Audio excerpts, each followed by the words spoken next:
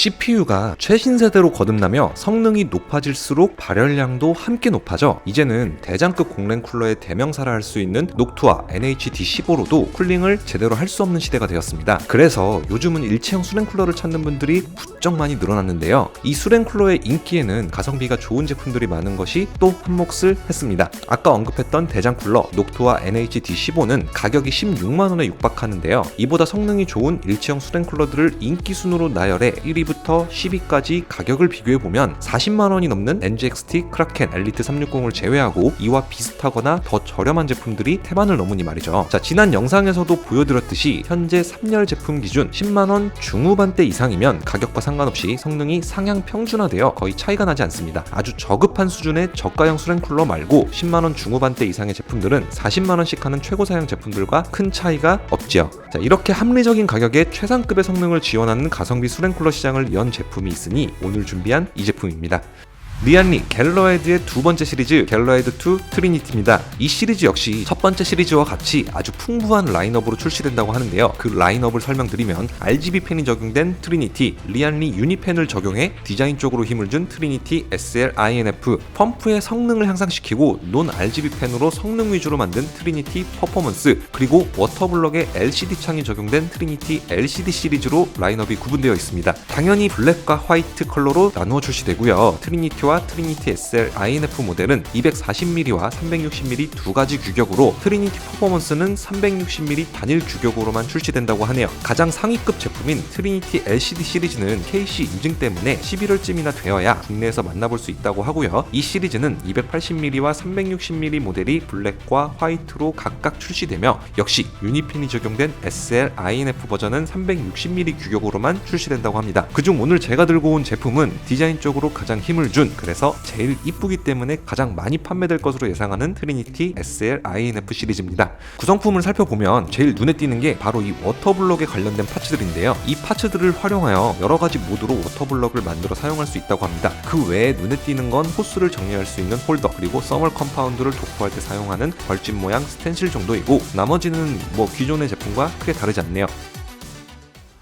전원이 인가되지 않은 노멀 상태의 워터블럭은 전작과 크게 달라 보이지 않습니다. 리안리의 상징과 같은 알루미늄 재질의 느낌이 다죠. 하지만 전원을 인가하면 인피니티 미러가 적용된 새로운 디자인의 워터블럭을 만나볼 수 있습니다. 사실 전작의 워터블럭 디자인이 크게 마음에 들진 않았거든요. 다행히 동전 크기의 마그네틱 커버가 있었지만 그 뒤로 보이는 무수히 많은 개수의 도트 디자인은 별로였던 기억이 납니다. 자, 물론 이제와 무슨 인피니티 미러냐 하실 수도 있지만 저는 좋습니다. 개인의 취향이니 넘어가도록 하고요. 저도 여러분을 설득할 마음은 없습니다. 개취 존중. 자, 사실 LCD 말고는 인피니티 미러를 이길 수 있는 워터블럭 디자인이 있을까요? 하는 의구심이 들기도 하고요. 하는 찰나에 역시 리안리 하는 생각을 하게 만든 건 앞에서 설명했던 워터블럭 파츠로 다른 모드를 적용했을 때의 비주얼인데요. 이렇게 기본 워터블럭 커버를 돌려 빼고 번들로 제공되는 반투명한 원형 커버로 교체를 하면 보이시나요? 이렇게 다즐 모드와 싱크홀 모드로 바꿔서 사용할 수 있는데요. 제가 지난 5월 말에 대만 컴퓨텍스 2023에서 봤던 이쁜 쿨러가 바로 싱크홀 모드를 적용한 갤러헤드2 트리니티 SL-INF였네요. 물론 해당 모드는 제 개인 취향이라 듀오 인피니티 모드를 선호하시는 분들이 계실 수도 있고 다즐 모드를 좋아하실 수도 있고요. 저처럼 싱크홀 모드를 좋아하는 분들도 계실 테니 개취에 맞게 변경해서 사용하면 되겠습니다. 여러분들은 어떤 모드가 더 이쁘신가요? 댓글로 부탁드리고요.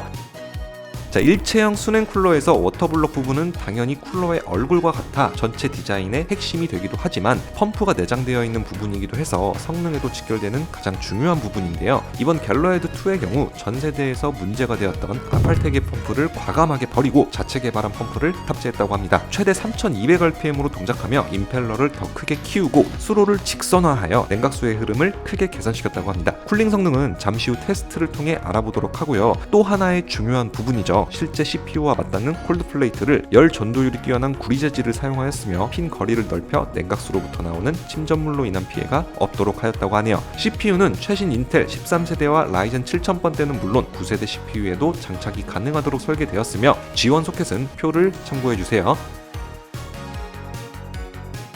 냉각수가 흐르는 튜브는 내경 7mm로 전세대보다 확장되었으며 슬리딩 처리가 되어 외부 충격의 손상을 방지하고 심미적으로 고급스럽게 보입니다. 또 빌드시 편의성을 위한 커넥터를 45도로 기울게 만들었으며 360도로 회전이 가능해 손쉽게 쿨러를 장착할 수 있도록 하였네요.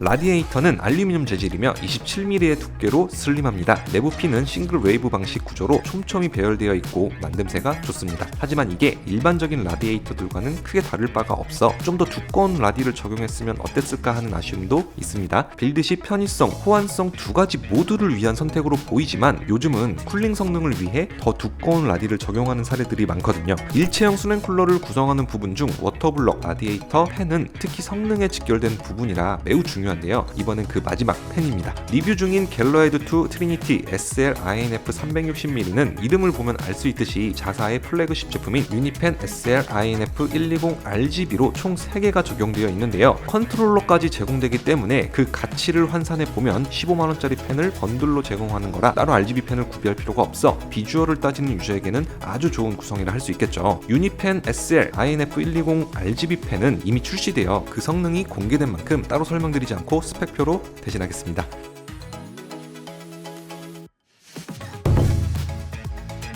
자, 마지막으로 성능 벤치를 해볼 텐데요. 먼저 어떤 스펙으로 어떤 환경에서 테스트를 했는지 설명드리자면 CPU로 발열전은 인텔 코어 i9 13900K를 선택했고요. 메인보드 전원부 뭐 이런 소리 듣기 싫어서 Z790 메인보드를 선택했습니다. 그 외에는 별 상관없는데 이게 인케이스로 하기에는 제가 너무 게으르기도 하고 힘들어서 전설의 벤치 케이스 리알미 PC T70에서 오픈 케이스로 벤치를 한 거 알아주시길 바랍니다. 제가 CPU 쿨러를 따로 표기하진 않았는데요. 비교 대상은 다음과 같습니다.